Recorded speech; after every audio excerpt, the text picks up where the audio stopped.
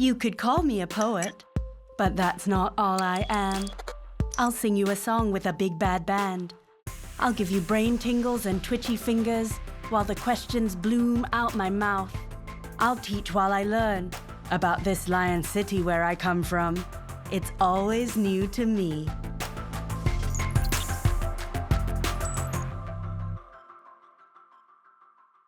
Music? What's that?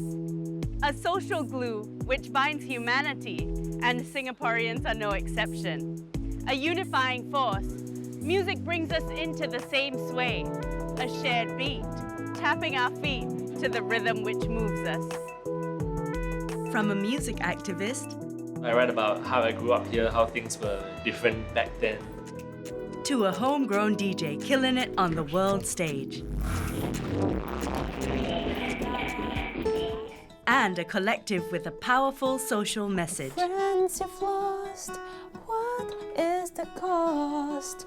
Don't wanna play alone.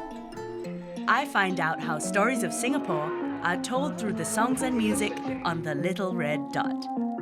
We're exploring the sounds we make as a nation. We're celebrating the drums and keys of the Lion City people.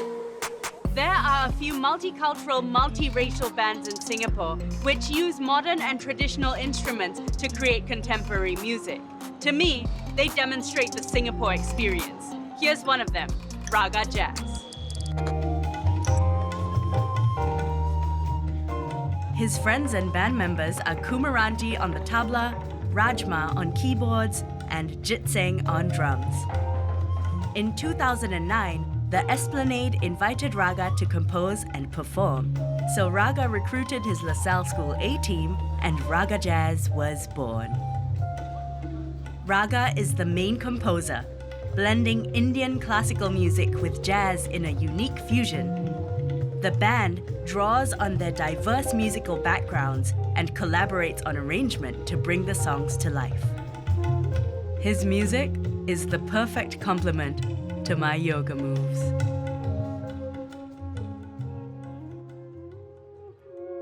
So is most of the music that you make deeply influenced by your heritage? This is the interesting situation because I don't think Indian classical music belongs to my heritage because my heritage is actually being in Singapore. It's more of like my musical upbringing. Like I learned a lot of Indian classical songs. So the relevance of being a Singaporean is more important than what music I'm learning. If you perform in the neighborhood area, we cannot force them onto Indian classical music because mainly they are old people, they could be Chinese or they could be Malays, and maybe they do not appreciate traditional music just yet. So we try to create music that is relevant to them and then give them an education about what the instrument is about. Would you consider Raga Jazz a Singapore band? Yes, I would and I would not because I want Raga Jazz to be more of a global product and I want to reach out to a lot more people. And also on the other hand, I want Raga Jazz to be a Singaporean product because I want the world to see what a Singaporean sound is like. Singapore music, personally to me, is more of an identity. I try to look out for music that reflects more of like how we are living today and more of our urban culture. Like the music you're making? That's right. Yes. So I'm with Kumaranji. Hi. He's going to teach me how to play the tabla. I'm going to get in touch with my Indian roots. Let's see how it goes. This is now. Second thing is K, K. Okay. Third is together.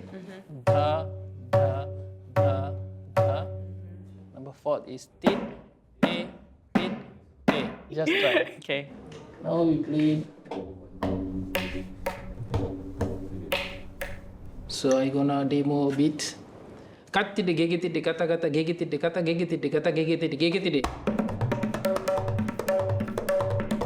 Your hands move as fast as raindrops. Because of because practice. Yeah, many years. Yeah, how many years? Okay, thank you. Thank you very much. Singapore has a lot of different culture. You have Indian, Malay, Chinese, and also the Eurasian. Because of that, there's a lot of melting pot, so the music has become very fusionized as well. And what place do you think Raga Jazz has in Singapore music? It's very unique, I think. It gives a identity because all of us are from different ethnicity as well. I love music. I listen to all kinds of genres, and although my roots are more towards rock, I always listen to jazz, and now I'm in Raga Jazz, and I was introduced by Kumaran and Raga about Indian classical music, and that really opened my eyes and my ears. I think Singapore is a very diverse, cultured country, and we have a lot of different kind of music happening in Singapore.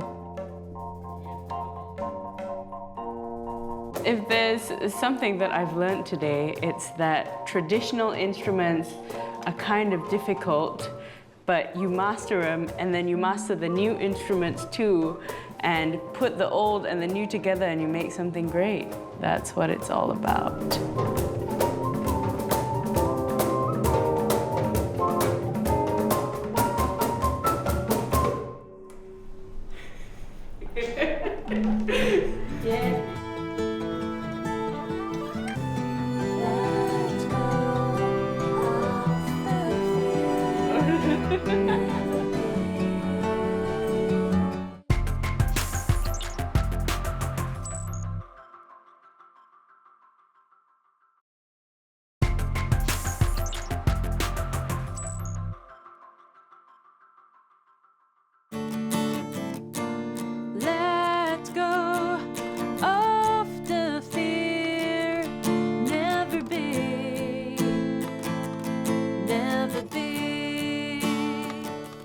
One group of local musicians has come together to shine a light on the issue of mental health. How? With music, which is able to evoke a deep emotional response within us. 3 AM Music Collective wants to give hope and show empathy to the struggling. Let's find out how. Some of these musicians include Tang Quartet violinist Ng Yu Ying, percussionist Muhammad Noor, indie music pioneer Kevin Matthews, and producer Edric Huang. Leader of this enterprise is Eileen Chai, a renowned violinist all on her own. Back in 2015, there was an interview done. The director, he asked a lot of questions that really made me think back about my past experience. But because of that interview, I had a mental breakdown because I started to think, oh my goodness, what happened to me when I was young? Was I really that bad? Or I started to get very moody, probably even with anger management issues. And my husband, Ben, saw the change in me and realized, oh, I think this girl needs to seek help. Eileen eventually got better after talking to a therapist. That's when she was inspired to kickstart a social movement, using music as a medium to connect with people. We could see how seeking for help is important. When I started discussing this 3 AM Music Collective with my husband, I realized there is a solution for mental illness, and actually it can be treated. So we thought, why not we use the talents that we have, which is music, to help other people. Eileen and Ben started 3 AM Music Collective in late 2018. They roped in many of their musician friends to be part of it. The collective is currently hard at work recording their album of 10 songs, which Eileen hopes will culminate in a concert. In 2014, there was actually a study conducted that between the time of midnight to 3 AM, that's a time when many people would experience depression, anxiety. I guess at the end of the day, what we really hope to achieve for 3 AM Music Collective is hopefully it will give them some form of sunshine to everyone at the darkest moment at 3 AM. Kevin Matthews is a music veteran. He's performed in local music groups, managed local bands, and composed film scores. Kevin's gift to the 3 AM Music Collective is the lead single, B.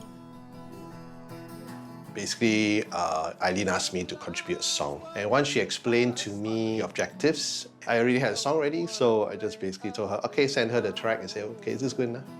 One of the real goals of this project is to make sure that we communicate this idea that, if you are suffering from a mental health issue, you're not alone. For most of my life, I've basically suffered from anxiety disorder. It is something that I only kind of recognized when I was in my 40s. So B is actually really just very simply talking about that whole idea of being anxious and to really not worry about the past or the future and just focus on now. Now. B.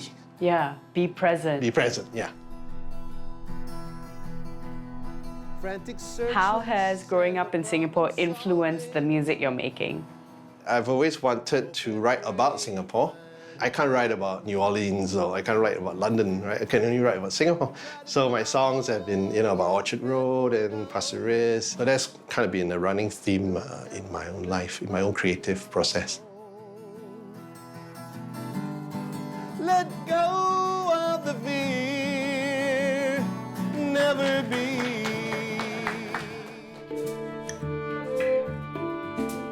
I came to understand that music has a certain power to inspire people as long as we believe in it. I feel really honored that Eileen approached me, of the artists and the people I work with in the industry who sort of go through some of these problems in their daily lives as well. And a lot of them try and channel it through their music, so it's something I can relate to. And so I think emotion is probably the strongest thing that most people will take away from the music. Sharing with people does have an impact in either inspiring them, energizing them, or being therapeutic. It's important that we have mutual respect, whatever music that we play, but when we have the opportunity to come together and create something that's unique, even though we have slightly different background, I think it's wonderful.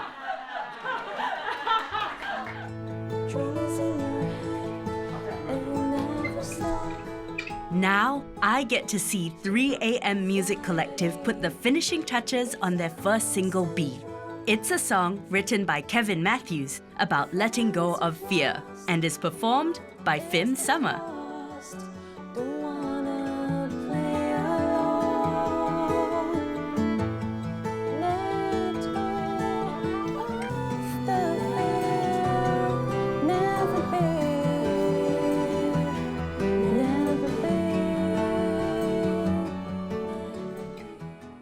I'm feeling the urge to fill up these pages. Alright, get real high, then you fall to the ground.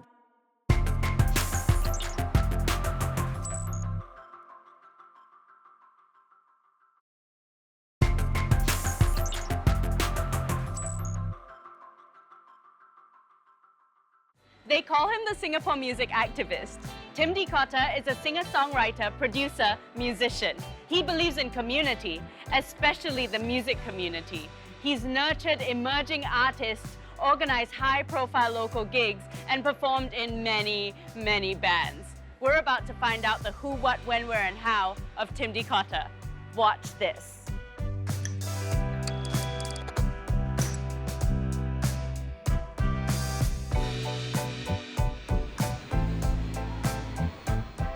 Yeah, so that's a really good local jazz record you should check out, and yeah, here it is. Tales They Told Me by Chok Karong. He's an amazing musician. This guy is one of the most talented musicians we have, I think.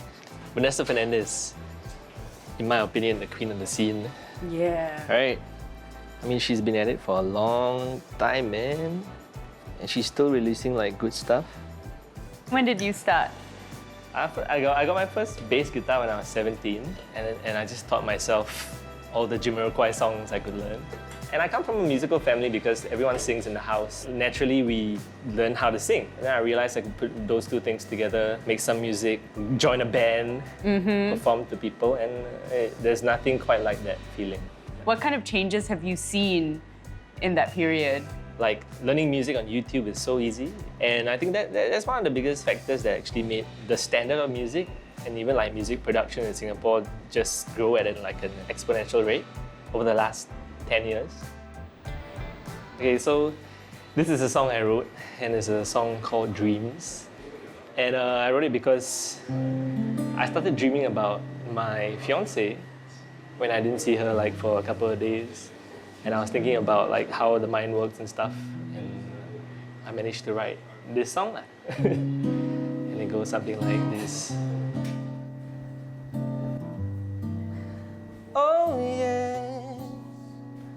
Da, da, da, da. It's been 2 days since I've seen your beautiful face. My hands are shaking, sleep is gone, my sanity drawn out to the limits. What has growing up here, how has that influenced your music? I write a lot of like R&B, soul, hip-hop, but the subject matter is very Singaporean. So I write about how I grew up here, how things were different back then, how we're struggling with like our identities as we move forward in the world. You know. There's a whole range of how Singapore music sounds, but I guess what ties it all together is the subject matter. Tim has been making music since he was in university. He's a current member of bands such as Taj, LAB, and Neo Dominatrix. As a solo artist, he released his debut album, The Warrior, in 2017. Tim is also a much sought-after session musician and has worked with artists like Inch Chua, Dot Jif, and Saziri Sazali. If you didn't have a community to support you, you'd just be stuck.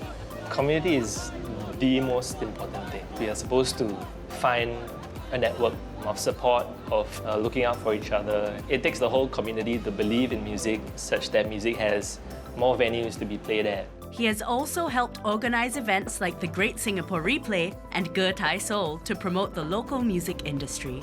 As a big brother in the Singapore music scene, Tim has mentored emerging artists like Fingerfunk, Vice Boy, and Sarah Tay.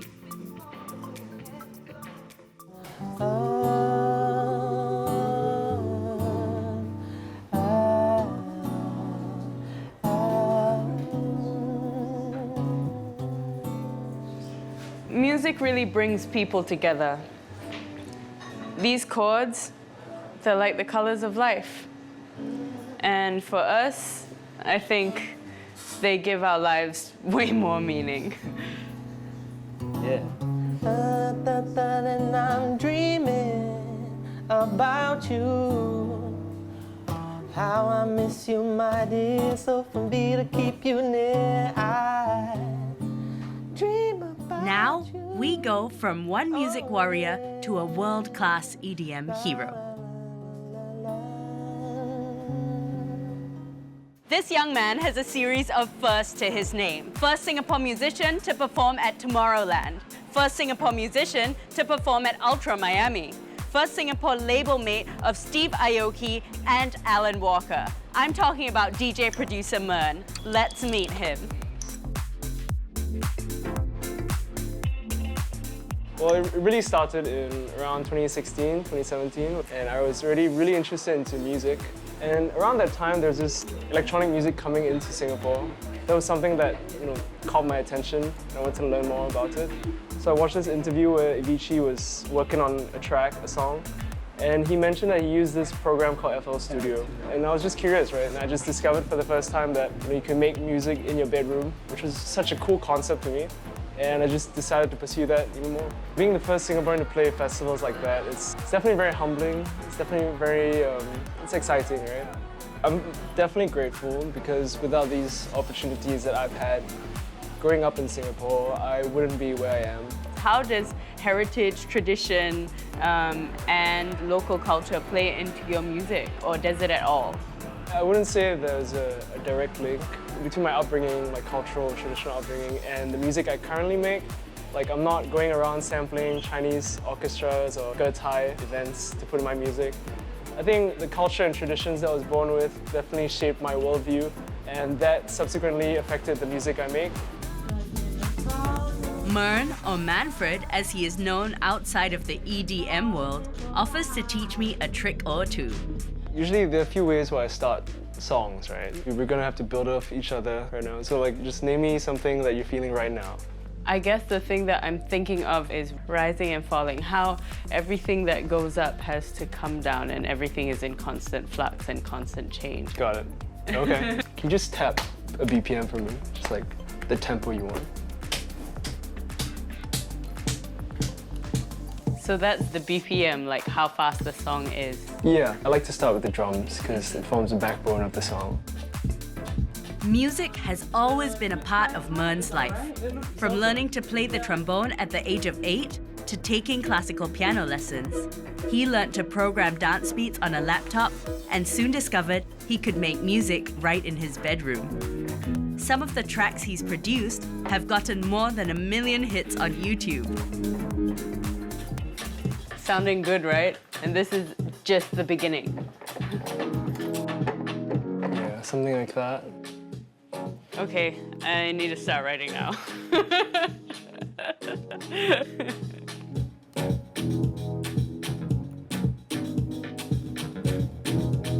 Something is cool? Yeah, it's great. It's amazing. I love it. But I'm feeling the urge to fill up these pages. Just trying to make it interesting. Crystallizer. Whoa. With effects, yeah. Yeah, that's epic.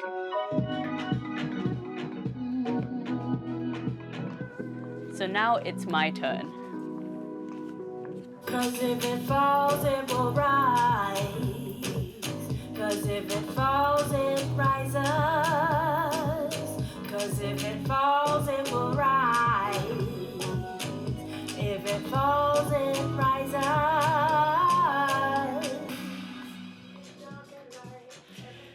So making music, creating anything takes time and effort. But if you have passion, that's all the fuel you need. And I think MYRNE's got plenty of that. I'm grateful to have made this thing with him today. Yeah. Music transcends cultural and linguistic boundaries. It helps people speak from the soul. This episode, I met some passionate musicians making diverse music. Of course, a place multicultural like Singapore creates a multifaceted music scene. I'm glad to have been able to share some of it with you. But it doesn't end there. Here's the talented singer-songwriter Adia Tay to take us out of here. You have a dream. I think music is also like storytelling, right? And I think music captures sort of the country's history as we go. And I think when I think about Singapore, if we don't have our own homegrown music scene, we're just going to end up being a country of cover gigs and songs from other people. And we need our own identity, our own story. You have a song that I just can't sing enough. You have a song that feels alright.